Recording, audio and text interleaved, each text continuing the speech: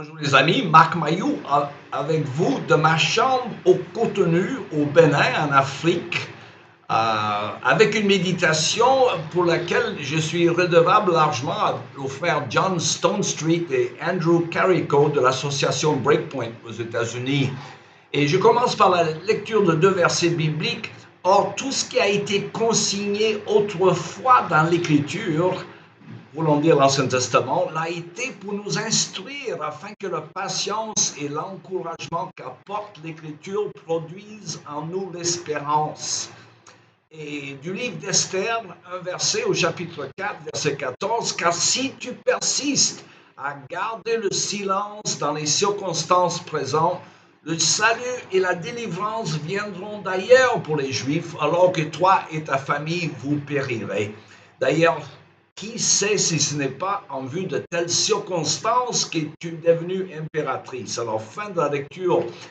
Mes amis, combien de temps une civilisation peut-elle perdurer lorsqu'elle est coupée de ses racines et surtout de la vérité elle-même? Le grand apologète Os Guinness qualifie souvent l'Occident de civilisation de fleurs coupées, alors coupées des vérités essentielles qui l'ont enraciné et nourri. L'Occident ne peut plus survivre.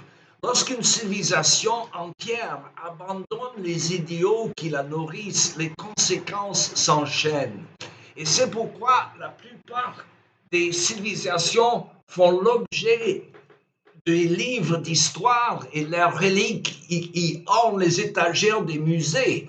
L'histoire peut nous apprendre qu'une civilisation a disparu et la sociologie peut même nous en expliquer les raisons, mais ni l'un ni l'autre ne peut nous indiquer comment vivre à l'époque la plus charnière de son histoire.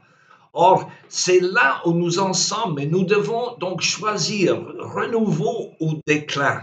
Alors, pour les disciples du Christ, il ne s'agit pas d'un choix stratégique, mais d'une question d'obéissance. Nous avons été appelés à ce moment et à ce lieu, non par hasard, mais selon le dessein de Dieu. Chaque chrétien doit choisir, obéirai-je à l'appel du Christ en cet instant ou me déroberai-je? Alors, notre histoire peut se résumer en 4 concepts essentiels. L'espérance, la vérité, l'identité et la vocation. Alors, la première leçon de cette étude et le premier de ces concepts essentiels, c'est l'espérance. Lorsque la Bible parle d'espérance, il ne s'agit jamais d'un vœu pieux. La Bible ne parle jamais d'espérer un changement. L'espérance biblique pour aujourd'hui, comme pour demain, repose solidement sur l'œuvre de Jésus-Christ, accomplie une fois pour tous sur la croix. L'espérance est éternelle car le Christ a vaincu la mort, le péché, l'enfer et le tombeau. Les chrétiens croient que la vérité la plus importante concernant cette période ou toute autre est l'œuvre du Christ. Les 4 piliers de l'espérance chrétienne révélés dans la Bible doivent être reconnus dans notre contexte culturel actuel. Premièrement, le Christ est ressuscité. La résurrection est l'événement central de l'histoire de l'humanité et la vérité la plus importante à notre époque, comme à toute époque. Deuxièmement, Christ est Seigneur. En tant que souverain de toutes choses, le Seigneur Jésus-Christ siège sur le trône du ciel et de la terre. Cela est vrai que nous en soyons conscients ou non. Et ensuite, le Christ renouvelle toutes choses. Le monde s'achemine vers un renouveau selon le plan rédempteur de Dieu. Et enfin, Dieu nous a créés pour ce temps et ce lieu. Notre présence ici-bas n'est pas le fruit du hasard. Dieu nous a choisis pour y vivre.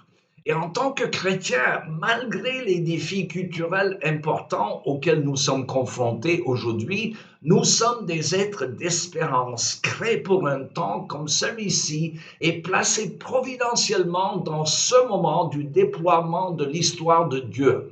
Comme écrit l'apôtre Pierre, nous sommes nés de nouveau à une espérance vivante par la résurrection de Jésus-Christ. Nous ne devons pas donc ni désespérer, ni regretter notre époque. Dieu a placé chacun de nous à ce moment précis de l'histoire pour accomplir ses desseins souverains.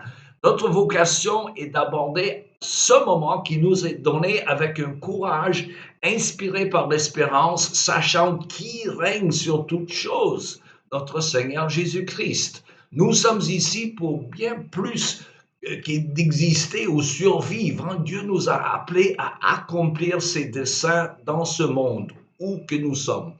C'est tout le temps qui me reste pour aujourd'hui. Il me reste à vous souhaiter une bonne journée et à la prochaine.